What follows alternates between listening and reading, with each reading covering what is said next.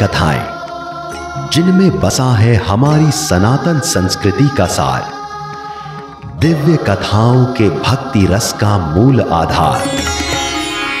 आर्यवर्त, भारत का स्वाभिमान। सब्सक्राइब करें।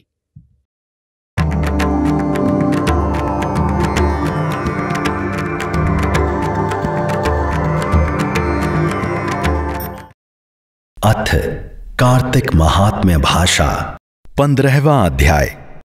राजा पृथु ने कहा, हे नारद जी, यह तो आपने महाप्रभु शंकर की बड़ी अद्भुत कथा सुनाई है।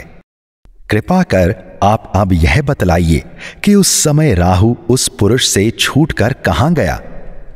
जब राजा पृथु ने देवर्षि नारद से ऐसा प्रश्न पूछा तो देवर्षि ने कहा, उससे छूटने पर वह बर्बर नाम से विख्यात हो गया और मानो नया जन्म पाकर उसने अपने आप को धन्य माना तथा वह धीरे धीरे जलंधर के पास गया। वहां जाकर उसने शंकर जी की चेष्टा कही। उसे सुनकर दैत्यराज को बड़ा क्रोध आया और उसने सब दैत्यों को सेना सजाने की आज्ञा दी। काल नेमी और शुंभ निशुंभ आदि सभी महाबली दैत्य तैयार होने लगे। एक से एक महाबली दैत्य करोड़ों की संख्या में निकलकर युद्ध के लिए संबद्ध हो गए। महाप्रतापी सिंधु पुत्र शिवजी से युद्ध के लिए निकला। उसके आगे महर्षि शुक्र और छिन्न सिर राहु हुआ। फिर तो उसी समय जलंधर का मुकुट खिसक कर पृथ्वी पर गिर पड़ा। आकाश में मेघ छा गए और बड़े अपशकुन हुए।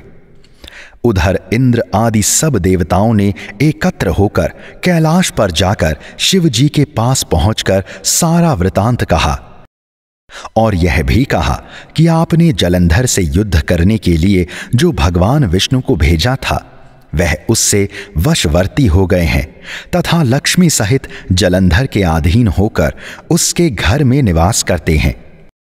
अब देवताओं को भी उसके यहां निवास करना पड़ रहा है।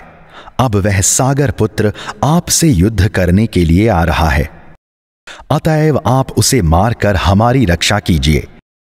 देवताओं से यह सब सुनकर शंकर जी ने भगवान विष्णु से पूछा, हे ऋषिकेश, युद्ध में आपने जलंधर का संहार क्यों नहीं किया और बैकुंठ को छोड़कर आप उसके घर कैसे चले गए हैं? यह सुनकर भगवान विष्णु ने हाथ जोड़कर नम्रतापूर्वक शंकर जी से कहा, उसे आपका अंश व लक्ष्मी का भाई होने के कारण नहीं मारा है। वह बड़ा ही वीर व देवताओं से अजय है। मैं सत्य कहता हूं कि उसे कोई भी नहीं मार सकता। इस पर मैं मुग्ध होकर स्वयं उसके घर में रहने का वर दे दिया है और उसी कारण मैं उसके घर में रहता हूं। हे सुरवर्य विष्णु, यह आप क्या कहते हैं? उस दैत्य जलंधर को मैं अवश्य मारूंगा, इसमें कुछ भी संदेह नहीं है। अब आप सब देवता जलंधर को मेरे द्वारा मरा हुआ ही जानकर अपने स्थान को जाइए। जब शंकर जी ने ऐसा कहा तो सब देवता संदेह रहित होकर अपने स्थान को चले गए। ठीक उसी समय पराक्रमी जलंधर अपनी विशाल सेना के साथ कैलाश पर्वत को घेरकर सिंहनाद करने लगा। दैत्यों के नाद और कोलाहल से शिव जी क्रुद्ध हो गए। उन्होंने अपने नंदी आदि गणों को उसके साथ युद्ध करने की आज्ञा दे दी। कैलाश पर्वत के समीप भीषण युद्ध होने लगा। दैत्य अनेकों प्रकार के अस्त्र शस्त्र बरसाने लगे। मेरी मृदंग, शंख और तीरों, हाथी, घोड़ों और रथों के शब्द से पृथ्वी कांपने लगी। युद्ध में कटकर मरे हुए हाथी, घोड़े और पैदलों का पहाड़ सा लग गया, जिससे कि युद्ध भूमि और भी आगम्य हो गई। दैत्यों के आचार्य श्री शुक्राचार्य जी अपनी मृत संजीवनी विद्या से सब दैत्यों को जलाने लगे। यह देखकर शिवगण व्याकुल हो गए और उनके पास जाकर सारा वृतांत सुनाया। उसे सुनकर भगवान रुद्र के क्रोध की सीमा ना रही। वह अपने भयंकर रूप से दिशाओं को प्रज्वलित करने लगे। फिर तो उस समय उनके मुख से एक बड़ी भयंकर कन्या उत्पन्न हुई। जिसकी दोनों जंघाएं ताल वृक्ष के समान थी, वह युद्ध भूमि में जाकर सब असुरों का चर्बन करने लगी। तब युद्ध भूमि में इस प्रकार विचरते हुए वह शुक्र जी के समीप पहुंची और उन्हें शीघ्र ही अपने उदर में गुप्त कर लिया। फिर स्वयं भी अंतर्धान हो गई। शुक्र के गुप्त हो जाने से दैत्यों का मुख मलिन पड़ गया और वह युद्ध भूमि छोड़कर भाग गए। इस पर उनके शुंभ निशुंभ और कालनेमी आदि सेनापतियों ने अपने भागते हुए वीरों को रोककर शिवगणों पर बड़ा कठिन प्रहार करना आरंभ किया।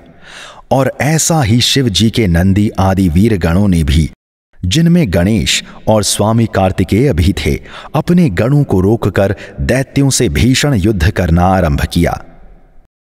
15वां अध्याय पूर्ण हुआ।